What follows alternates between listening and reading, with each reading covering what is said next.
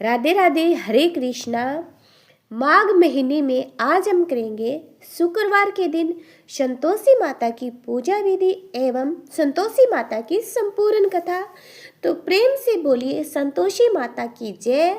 सभी भक्तजन आनंद पूर्वक हमारे साथ कथा को सुनिए और चैनल को जरूर सब्सक्राइब करिए।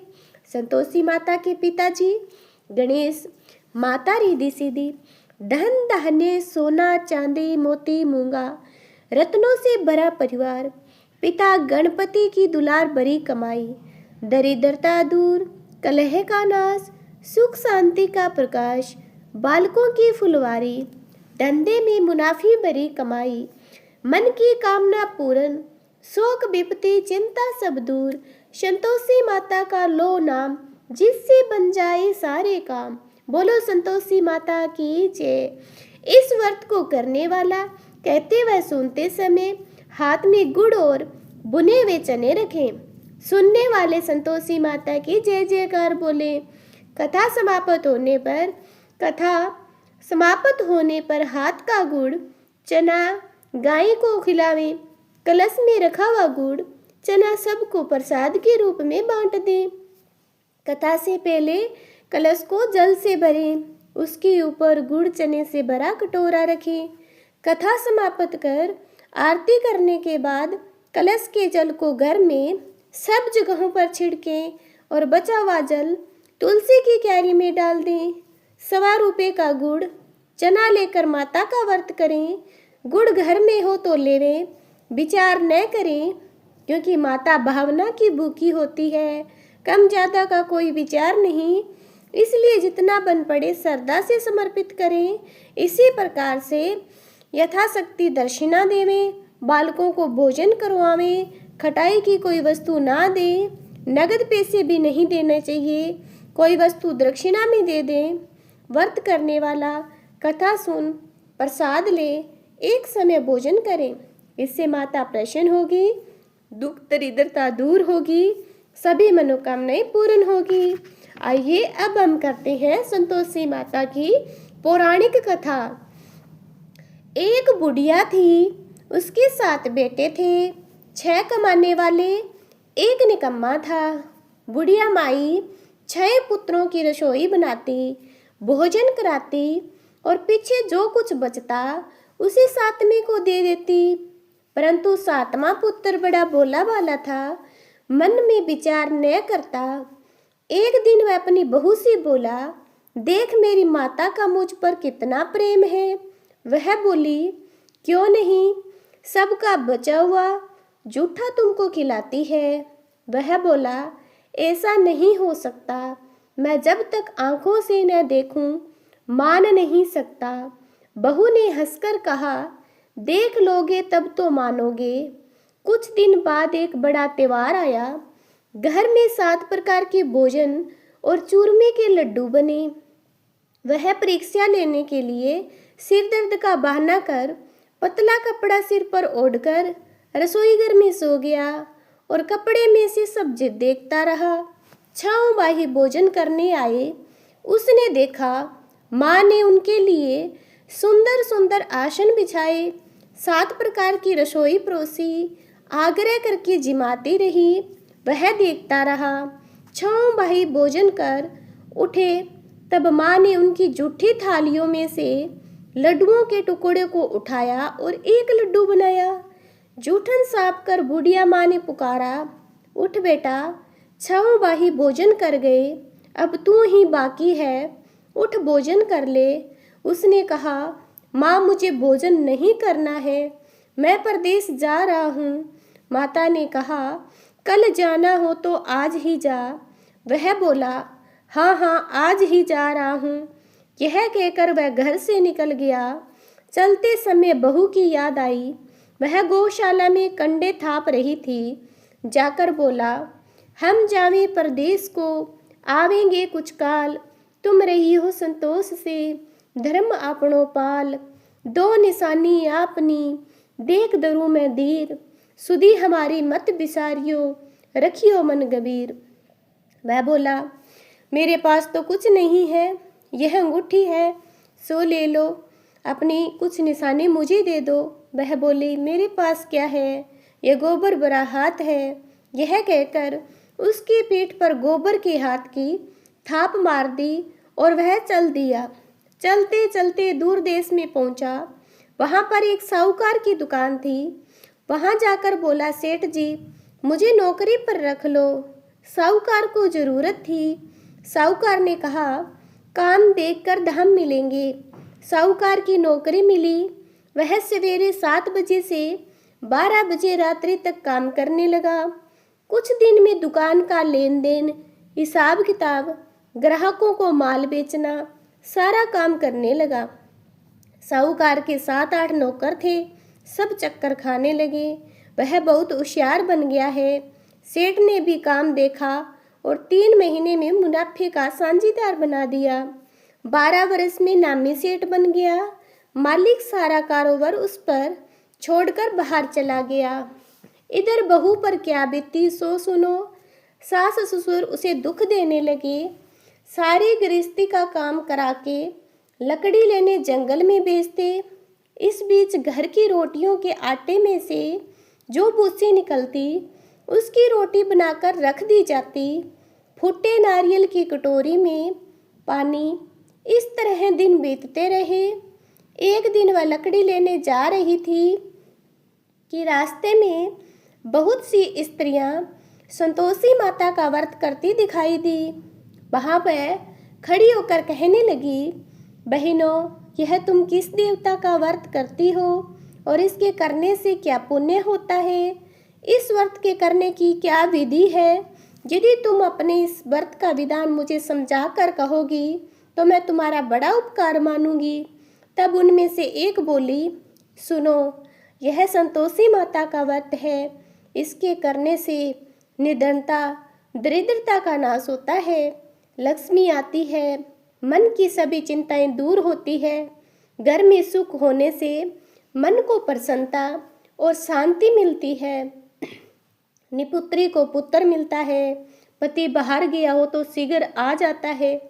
कुंवारी कन्याओं को मनपसंद वर मिलता है। राज दरबार में बहुत दिनों से मुकदमा चलता हो तो समाप्त हो जाता है। कलह क्लेश की निवृत्ति हो, सुख शांति हो, घर में धन जमा हो, पैसे जायदाद का लाभ हो तथा और भी मन में जो कुछ कामना हो सब इस संतोषी माता की कृपा से पूरी हो जाती है। इसमें संदेह नहीं। वह पूछने लगी, यह व्रत कैसे किया जावे, यह भी बताओ तो बड़ी कृपा होगी। स्त्री कहने लगी, 1.25 रुपये का गुड़ लेना, चना लेना, इच्छा हो तो 5.25 रुपये का लेना, 10.25 रुपये का श्रद्धा के अनुसार लेना। बिना परेशानी, श्रद्धा और प्रेम से जितना बन सके सवाई लेना। 5.25 रुपये से 10.25 रुपये, इससे भी ज़्यादा शक्ति और भक्ति के अनुसार गुड़ और चना ले। हर शुक्रवार को निराहार कथा कहना, सुनना, इसके बीच में कर्म टूटे नहीं। लगातार नियम का पालन करना। सुनने वाला कोई न मिले तो घी का दीपक जलाकर उसके आगे और जल के पात्र को रख कथा कहना। नियम न टूटे जब तक कार्य सिद्ध न हो। नियम का पालन करना। कार्य सिद्ध हो जाने पर व्रत का उद्यापन करना। 3 महीने में माता पूरा फल प्रदान करती है। यदि किसी के खोटे ग्रह हो तो भी माता 1 वर्ष में अवश्य कार्य सिद्ध करती है। कार्य सिद्ध होने पर ही उद्यापन करना चाहिए, बीच में नहीं। उद्यापन में 2.5 सेर खाजा, इसी के अनुसार खीर, चने का साग तैयार करना, 8 लड़कों को भोजन कराना, जहाँ तक मिले देवर, जेठ, भाई, बंधु, कटुब के लड़के लेना, न मिले तो रिश्तेदार और पड़ोसियों के लड़के बुलाना, उन्हें भोजन करा, यथाशक्ति दक्षिणा देना, माता का नियम पूरा करना। उस दिन घर में कोई खटाई न खाए। यह सुन बुढ़िया की बहू चल दी। रास्ते में लकड़ी के बोझ को बेच दिया और उन रुपयों से गुड़ चना ले माता के व्रत की तैयारी कर आगे चली और सामने मंदिर देखकर पूछने लगी, यह मंदिर किसका है? सब कहने लगे, यह संतोषी माता का मंदिर है। यह सुन माता के नियम कुछ जानती नहीं, मैं बहुत दुखी हूँ। हे माता जगत जननी, मेरा दुख दूर कर, मैं तेरी शरण में हूँ। माता को दिया आई।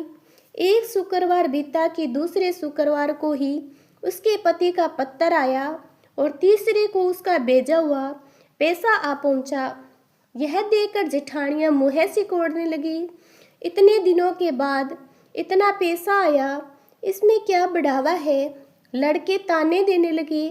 काके के पास अब पत्थर आने लगे, रुपया आने लगा। अब तो काकी की खातिरदारी बढ़ेगी। अब तो काकी बुलाने से भी नहीं बोलेगी। बेचारी सरलता से कहती है, भैया पत्थर आवे, रुपया आवे, हम सबके लिए अच्छा है। ऐसा कहकर आंखों में आंसू भरकर संतोषी माता के मंदिर में मातेश्वरी के चरणों में गिरकर रोने लगी। माँ, मैंने तुमसे पैसा नहीं मांगा, मुझे पैसे से क्या काम है। मुझे तो अपने सुहाग से काम है। मैं तो अपने स्वामी के दर्शन और सेवा मांगती हूँ। तब माता ने प्रसन्न होकर कहा, जा बेटी, तेरा स्वामी आएगा। यह सुन खुशी से बावली हो घर जाकर काम करने लगी। अब संतोषी माँ विचार करने लगी, इस भोली पुत्री से मैंने कह तो दिया कि तेरा पति आएगा, पर आएगा कहाँ से। वह तो इसे सपने में भी याद नहीं करता। उसे याद दिलाने मुझे जाना पड़ेगा। इस तरह माता उस बुढ़िया के बेटे के पास जा सपने में प्रकट होकर कहने लगी, साहूकार के बेटे, सोता है या जागता है। वह कहता है, माता सोता भी नहीं हूँ, जागता भी नहीं हूँ, बीच में हूँ, कहिए क्या आज्ञा है। माँ कहने लगी, तेरा घर बार है या नहीं। माँ बोली, पुत्र, तेरी घरवाली बहुत कष्ट उठा रही है।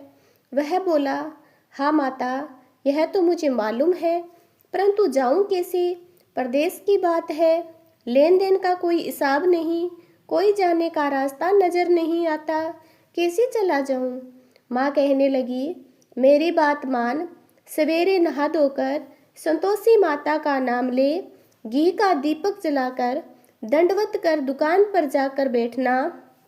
देखते देखते तेरा लेन देन चुक जाएगा, जमा का माल बिक जाएगा, सांझ होते होते धन का ढेर लग जाएगा। अब तो वह सवेरे बहुत ही जल्दी उठ मित्र बंधुओं से अपने सपने की बात कहता है। वे सब उसकी बात अनसुनी कर हंसी उड़ाते हैं। कहीं सपने भी सच होते हैं। एक बूढ़ा बोला, देख भाई, मेरी बात मान, इस तरह सच या झूठ कहने के बदले देवता ने जैसे कहा वैसे ही करने में तेरा क्या जाता है। अब बूढ़े की बात मानकर नहा धोकर संतोषी माता को दंडवत कर घी का दीपक जला दुकान पर जा बैठा। थोड़ी देर में मैं क्या देखता है कि देने वाले रुपया लाए, लेने वाले हिसाब लाए। कोठे में भरे सामानों के खरीदार नगद में सौदा करने लगे। शाम तक धन का ढेर लग गया। मन में माता का नाम ले प्रसन्न हो घर के वास्ते गहना कपड़ा सामान खरीदने लगा। यहाँ के काम से निपटकर घर को रवाना हुआ। उधर उसकी बहू बिचारी जो जंगल से लकड़ियाँ लेने जाती, लौटते वक्त माताजी के मंदिर पर विश्राम करती है। वह तो उसका रोज रुकने का स्थान ठहरा। दूर से धूल उड़ती हुई देख वह माता से पूछती है, हे माता, यह धूल कैसी उड़ रही है। माँ कहती है, हे पुत्री, तेरा पति आ रहा है। अब तू ऐसा कर, लकड़ियों के 3 बोझ बना, एक नदी किनारे, दूसरा मंदिर पर, तीसरा सिर पर रख। तेरे पति को लकड़ी का गट्ठा देखकर मोह पैदा होगा। वह यहाँ रुकेगा, नाश्ता पानी बना खाकर माँ से मिलने जाएगा। तू लकड़ी का बोझ उठाकर जाना, बीच चौक में गट्ठा डालकर 3 आवाजें जोर से लगाना। लो सासू जी, लकड़ियों का गट्ठा लो, भूसे की रोटी दो, नारियल के खोपड़े में पानी दो। आज कौन मेहमान आया है। माँ की बात सुनकर बहुत अच्छा माताजी कहकर प्रसन्न मन हो लकड़ियों के 3 गट्ठे ले आई। एक नदी के तट पर, एक माता के मंदिर पर रखा। इतने में ही वह मुसाफिर आ पहुंचा। सूखी लकड़ी देखकर उसकी इच्छा हुई कि यहाँ अब निवास करें और भोजन बना खा पी कर गाँव को चलेंगे। इस प्रकार भोजन बनाया, विश्राम किया, गाँव को गया। उसी समय बहू सिर पर लकड़ी का गट्ठा लिए आती है, उसे आंगन में डाल जोर से 3 आवाजें देती है। लो सासू जी, लकड़ी का गट्ठा लो, भुस्से की रोटी दो, नारियल के खोपड़े में पानी दो, आज कौन सा मेहमान आया है। यह सुनकर उसकी सास अपने दिए कष्टों को बुलाने हेतु कहती है, बहू ऐसा क्यों कहती हो, तेरा पति ही तो आया है, आ बैठ, मीठा बात खाकर कपड़े गहने पहन। इतने में आवाज सुनकर स्वामी बाहर आता है और अंगूठी देकर व्याकुल हो जाता है। माँ से पूछता है, यह कौन है। माँ कहती है, बेटा ये तेरी बहू है, आज 12 वर्ष हो गए जब से तू गया है, तब से सारे गांव में जानवर की तरह भटकती फिरती है, काम काज घर का कुछ करती नहीं, 4 समय आकर खा जाती है। अब तुझे देखकर भूसे की रोटी, नारियल के खोपड़े में पानी मांग रही है। वह लज्जित होकर बोला, ठीक है माँ, मैंने इसे भी देखा और तुम्हें भी, अब मुझे दूसरे घर की चाबी दो, मैं उसमें रहूँगा। ठीक है बेटा, जैसी तेरी मर्जी। यह कहकर माँ ने चाबी का गुच्छा पटक दिया। उसने चाबी का गुच्छा लेकर दूसरे कमरे को खोलकर सारा सामान जमाया। एक ही दिन में वह राजा के महल जैसा ठाट बाट बन गया। अब क्या था, अब सुख भोगने लगी। अगला शुक्रवार आया। उसने अपने पति से कहा, मुझे माता का उद्यापन करना है।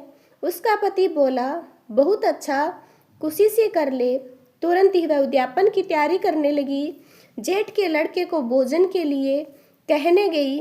उसने मंजूर किया, परंतु पीछे जेठानी और बच्चों को सिखलाती है, देखो रे, भोजन के समय सब लोग खटाई मांगना, जिससे इसका उद्यापन पूरा न हो सके।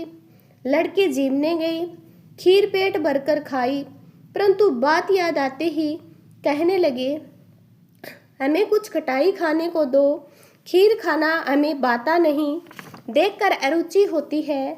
लड़के उठ खड़े हुए, बोले पैसे लाओ। बोले बहू कुछ जानती नहीं थी, सो ने पैसे दे दिए। लड़की उसी समय उठ करके इमली लेकर खाने लगी। यह देखकर बहू पर माताजी ने कोप किया। राजा के दूत उसके पति को पकड़ कर ले गए। जेठ जिठानी मनमाने खोटे वचन कहने लगी। लूट लूट कर धन इकट्ठा कर कर लाया था, सो राजा के दूत उसे पकड़ कर ले गए। अब सब मालूम हो जाएगा जब जेल की रोटी खाएगा। बहू से यह वचन सहन नहीं हुए। रोती रोती माता के मंदिर में गई और कहने लगी, माता तुमने ये क्या किया, हंसाकर क्यों रुलाने लगी। माता बोली, पुत्री तूने उद्यापन करके मेरा व्रत भंग किया है, इतनी जल्दी सब बातें भुला दी। वह कहने लगी, माता भूली तो नहीं हूँ, न ही कुछ अपराध किया है, मुझे तो लड़कों ने भूल में डाल दिया, मैंने भूल से उन्हें पैसे दे दिए, मुझे क्षमा करो माँ। माँ बोली, अब भूल मत करना। वह बोली, अब भूल नहीं होगी, अब बताओ वे कैसे आवेंगे। माँ बोली, पुत्री जा, तेरा पति तुझे रास्ते में ही आता मिलेगा। वह निकली, रास्ते में पति आता मिला। उसने पूछा, तुम कहाँ गए थे। वह कहने लगा, इतना धन जो कमाया है उसका टैक्स राजा ने मांगा था, वह भरने गया था। वह प्रसन्न हो बोली, भला हुआ, अब घर चलो। कुछ दिन बाद फिर शुक्रवार आया। वह बोली, मुझे माताजी का उद्यापन करना है। पति ने कहा, करो। वह फिर जेठ के लड़कों को भोजन से कहने के लिए गई। जिठानी ने 1-2 बातें सुनाई, लड़कों को सिखा दिया कि तुम लोग पहले की तरह खटाई मांगना। लड़के खाना खाने से पहले ही कहने लगे, हमें खीर खाना नहीं पाती, जी बिगड़ता है, कुछ खटाई खाने को दे दो। बहू बोली, खटाई खाने को नहीं मिलेगी, खाना हो तो खाओ। यह कहकर ब्राह्मणों के लड़के बुलाकर भोजन कराने लगी। यथाशक्ति दक्षिणा की जगह 1-1 फल उन्हें दिया। इसे संतोषी माता प्रसन्न हो गई। माता की कृपा से ही 9वें मास उसको चंद्रमा के समान सुंदर पुत्र प्राप्त हुआ। पुत्र को लेकर प्रतिदिन माता के मंदिर में जाने लगी। माँ ने सोचा कि ये रोज आती है, आज क्यों न मैं इसके घर चलूं, इसका आसरा देखूं तो सही। यह विचार कर माता ने भयानक रूप बनाया। गुड़ और चने से सना मुख, ऊपर के सूंड के समान होठ, उस पर मक्खियां भिन बना रही थी। डहरी पर पग रखते ही उसकी सासू चिल्लाई, देखो रे, कोई चुड़ैल डाकिन चली आ रही है। लड़कों, इसे भगाओ, इसे भगाओ, नहीं तो किसी को खा जाएगी। लड़के डरने लगे, चिल्लाकर खिड़कियां बंद करने लगे।